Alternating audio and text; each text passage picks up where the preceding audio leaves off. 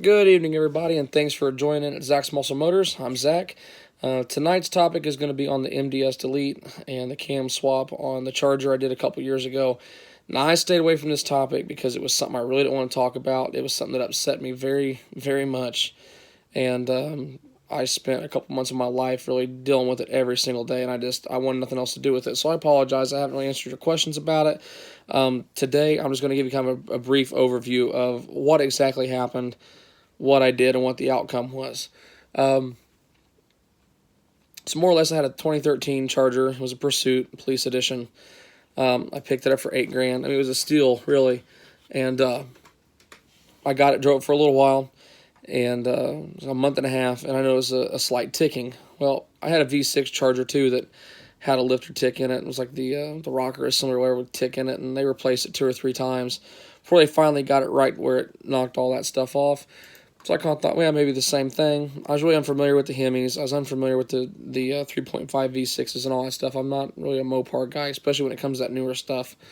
However, the tick got worse, and on my way home from work one day, it just started banging to beat the band, and it was game over. So I knew at that point a lifter had actually gone out. It didn't take very long from the time that it started, and it was just my ignorance. I had no idea that it was a little bit different than the V6 as far as the rocker assembly and all that stuff.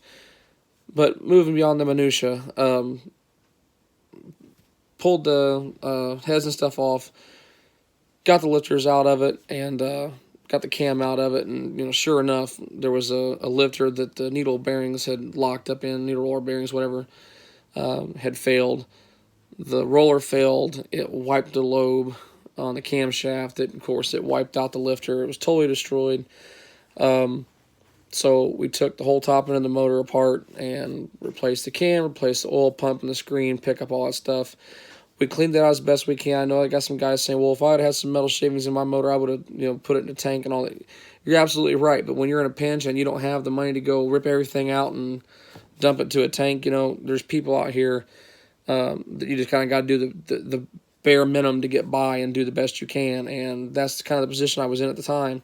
So no, I don't ever really condone taking a motor that has metal shavings in it and trying to run it, but sometimes you really don't have much of a choice.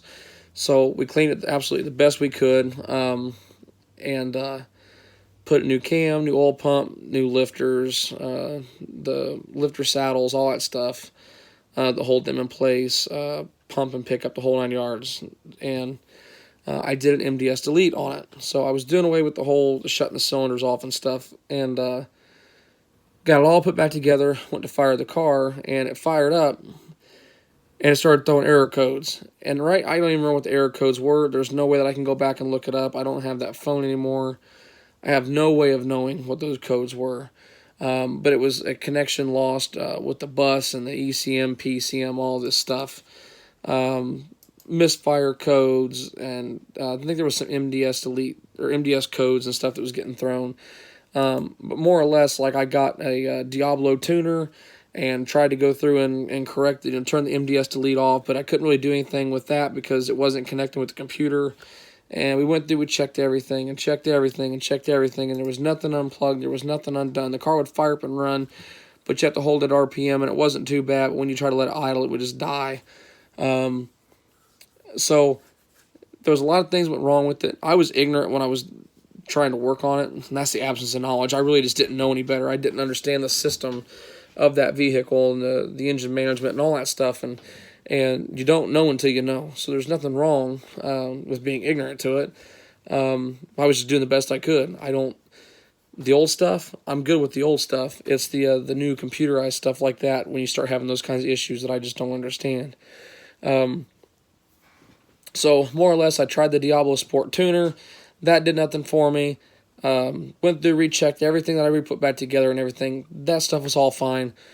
And I ended up calling a tuner, and they said, yeah, what you need to do is go in here and have this and this and this turned off because you didn't have the file saved before the issue happened, so it's trying to make a copy of the file that it's of what's going on currently, and it's just going to proceed the issue on and on and on.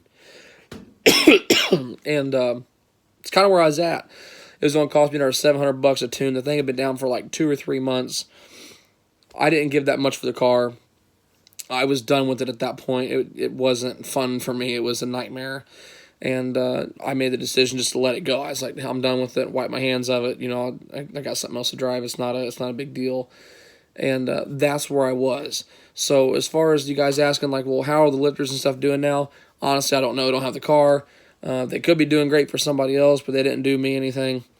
But that's what happened. So error code after error code after error code, problem after problem after problem. I won't buy a Mopar again. That's just not this new stuff. I can't bring myself. I've had 3 Mopar motors let go on me, and I'll leave that at that. I won't travel down that rabbit hole because I get some diehard Mopar fans out there. You know, Mopar, no car, this, that, the third. I've had a lot of vehicles, and I've lost 4 motors, and one was a Honda, which you guys seen, the Del Sol, and which I had for a week, and it trashed, and the other 3 were Mopars. So I'm a little biased, maybe. But whatever. So that's that. I never really got anything back out of it. Never come to a resolution. I don't know what to tell you guys. So I apologize. I can't answer your questions.